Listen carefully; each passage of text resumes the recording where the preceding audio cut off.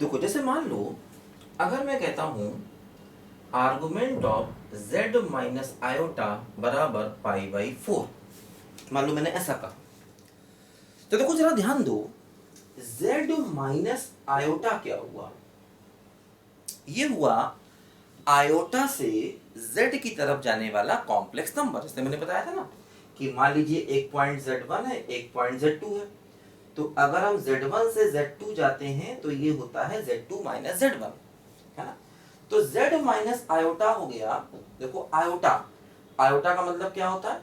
Iota का मतलब होता है 0 प्लस आयोटा, मतलब 0,1 पॉइंट। देखो ये हमारा हो गया आयोटा, ठीक है, आयोटा।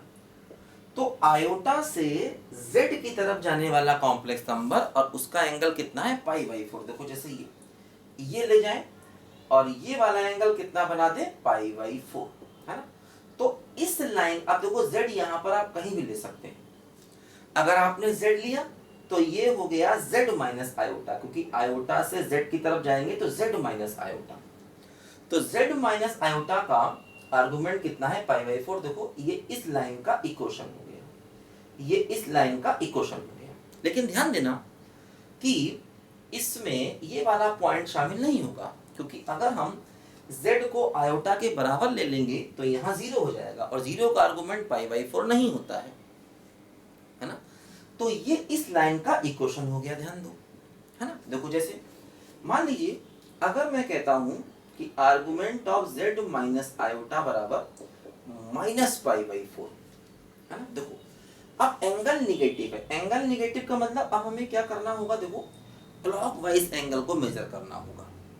देखो जैसे मान लीजिए यहाँ पर आयोटा है, तो देखो अगर हम ये लाइन लें ऐसे करके, देखो ये लाइन ऐसे, ये मान लो z ले लें, तो अब क्या होगा? देखो ये वाला एंगल हो जाएगा माइनस का पाई बाई 4।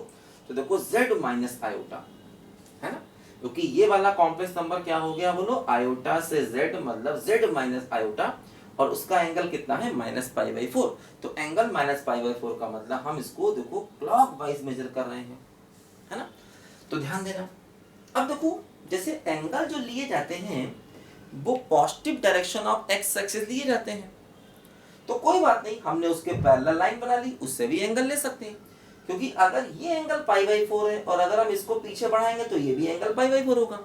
तो मतलब वही हो गया कि इस लाइन का और इस लाइन का एंगल कितना हो गया? पाई बाई 4 हो गया। इसी प्रकार देखो इस लाइन का और इस लाइन का एंगल कितना हो गया? माइनस पाई बाई 4 हो गया, क्योंकि एंगल को हमने क्लॉकवाइज मेजर कर दिया, है ना।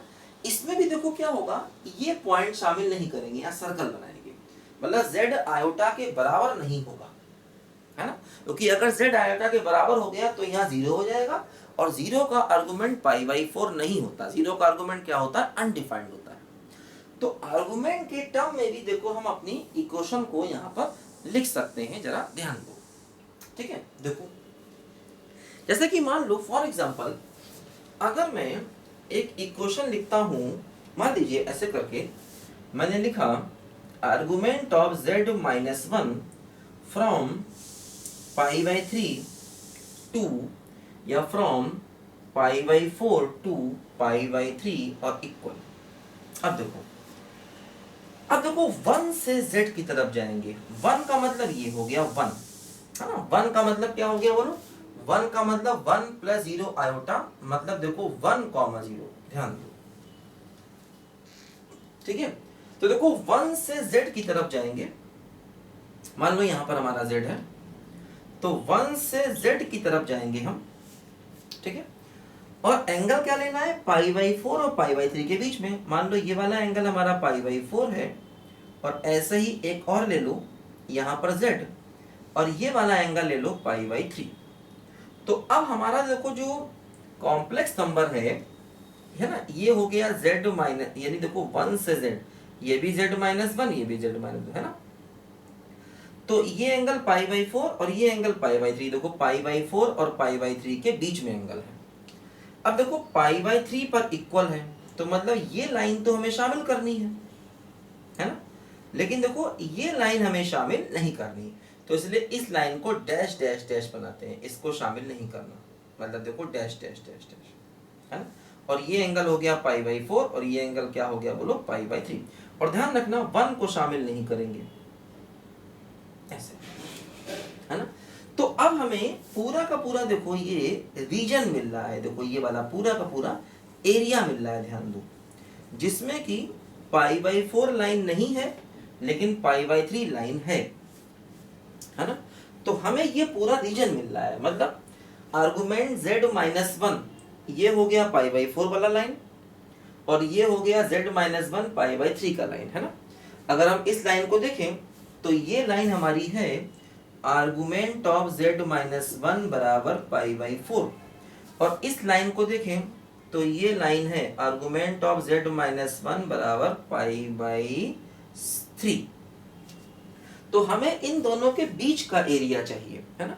और यहाँ पर इक्वल नहीं है इसलिए देखो यहाँ पर डैश डैश डैश बनाया, यहाँ इक्वल है देखो इसलिए हमने इसको डार्क लाइन बनाया, और हाँ 1 शामिल नहीं होगा। तो मतलब हम इससे एक रीजन भी रिप्रेजेंट कर सकते हैं कॉम्प्लेक्स नंबर की हेल्प से, ध्यान दो, एक पूरा एरिया भी हम रिप्रेजेंट कर सकते हैं कॉम्प्लेक्स नंबर की हेल्प से। इसको लिखो पहले बच्चों ध्यान से जरा।